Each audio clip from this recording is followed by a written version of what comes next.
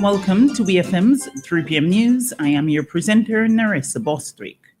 On the local scene, Prime Minister Dr. Ralph Gonsalves today signed 5 agreements with the government of Romania.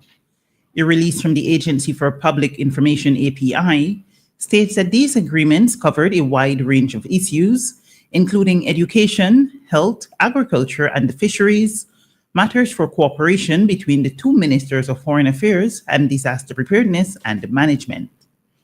After the signing ceremony with Romania's prime minister, both heads met to hold bilateral discussions. Prime Minister Gonsalves also engaged with other political personnel. While in Romania, the prime minister held several engagements with the Chamber of Industry and Commerce of Romania and one separately with the Chamber of Commerce of Bucharest. Dr. Gonsalves will leave for the city of Brasov tomorrow, April 4th, where he will visit the university and meet with officials as well as 2 Vincentian students. The Prime Minister is expected to return to the state on Sunday, April 6th. The Royal St. Vincent and the Grenadines Police Force has arrested and formally charged 2 individuals in connection with a shooting incident that occurred in the vicinity of the Girls' High School GHS bus stop at Richmond Hill on April 1st. Laurent Isidore, a 26-year-old laborer of St. Lucia and Gibson Corner, and Keon Hackshaw, a 17-year-old laborer of Otley Hall, were jointly charged with the offense of attempted murder. The charge alleges that on April 1st at approximately 1 p.m., with intent to commit the offense of murder on Michael Richards, a 26-year-old steel bender of Diamond, they did an act which is more than merely preparatory to the commission of the offense, namely by shooting him about the body with a firearm. In addition to the joint charge, each accused was separately charged with possession of an unlicensed firearm with intent to commit the offense of murder and the unlawful use of a firearm. Police officers apprehended the accused shortly after the commission of the offense and recovered 2 firearms, one from each accused. Both accused men appeared before the Serious Offences Court today and were remanded into custody. They are scheduled to reappear before the court on April 10th for arraignment. Due to the indictable nature of the offences, they will not be required to plead at that stage. The victim, Michael Richards, is reported to be in critical condition at the Milton Kate Memorial Hospital and remains under observation. Investigations into the matter are ongoing. Vincentians are being urged to become more vigilant and aware of the signs of child abuse. April is Child Abuse Awareness and Prevention Month, and Minister of National Mobilization, Honorable Kiesel Peters, in her message on April 1st to the nation, appealed to persons to report to the relevant authorities any form of child abuse or neglect they are aware of or suspect. I call on all of us to become more vigilant and aware of the signs of child abuse. Protecting children is not only the responsibility of parents, it is the responsibility of every member of our society. I urge all Vincentians to report any form of child abuse or neglect. If you see it, suspect it, or have concerns, it is your duty to report it. You can contact the Child Development Division within the ministry or the Royal St. Vincent and the Grenadines Police Force. Minister Peters said the Child Abuse Awareness and Prevention Month 2025 theme, Children Are Our Priority, Protect Them so Their Future Becomes a Reality, highlights a fundamental truth that every child has a right to live in a world where they are respected, protected, and safe.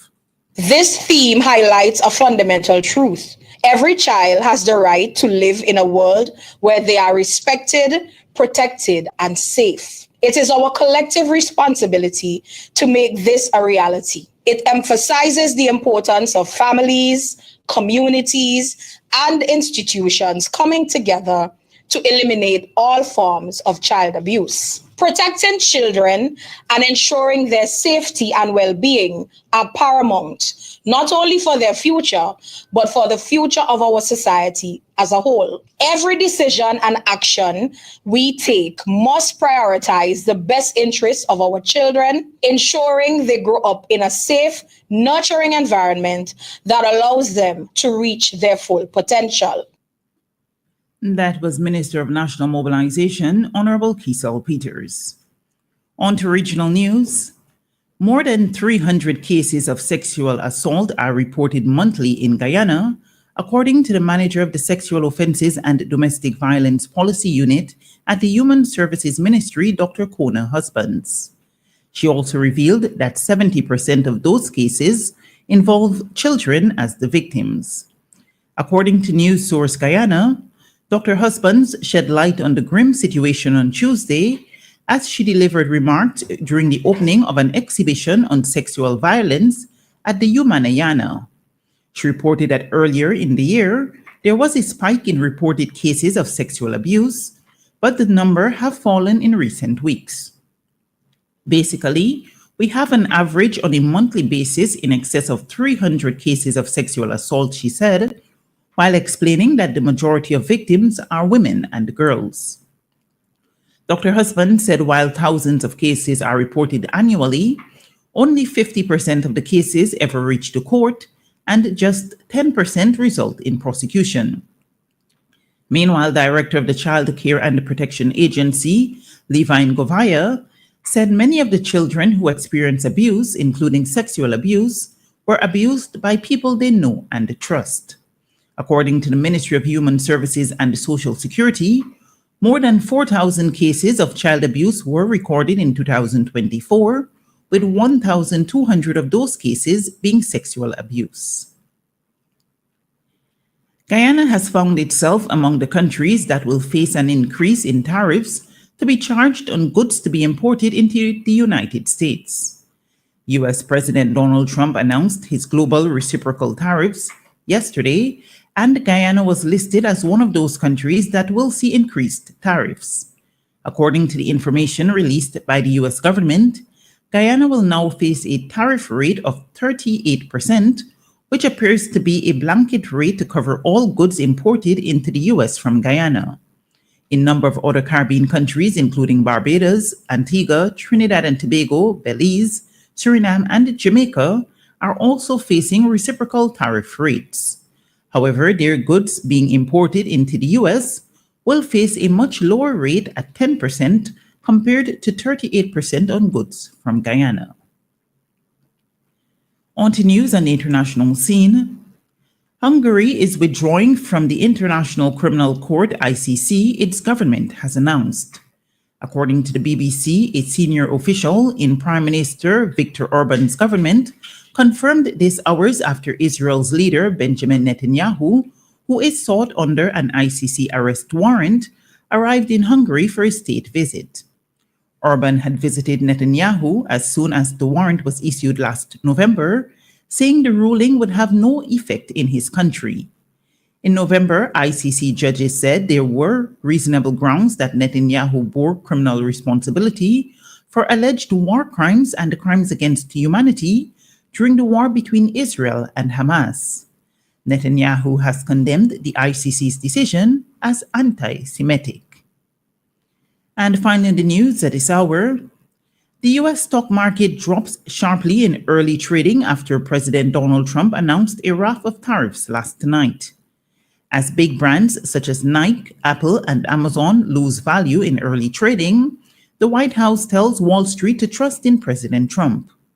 President Trump announced 10% tariffs on most countries, including the UK, from Saturday, with higher duties on some of America's biggest trading partners from April 9th. In response, Canada's Prime Minister announces 25% tariffs on certain US vehicles, while the UK has drawn up a 400-page list of US products it could hit with tariffs. China, which faces a 54% rate, promises countermeasures. According to BBC News, European Union EU Chief Ursula von der Leyen calls President Trump's tariffs a major blow to the world economy.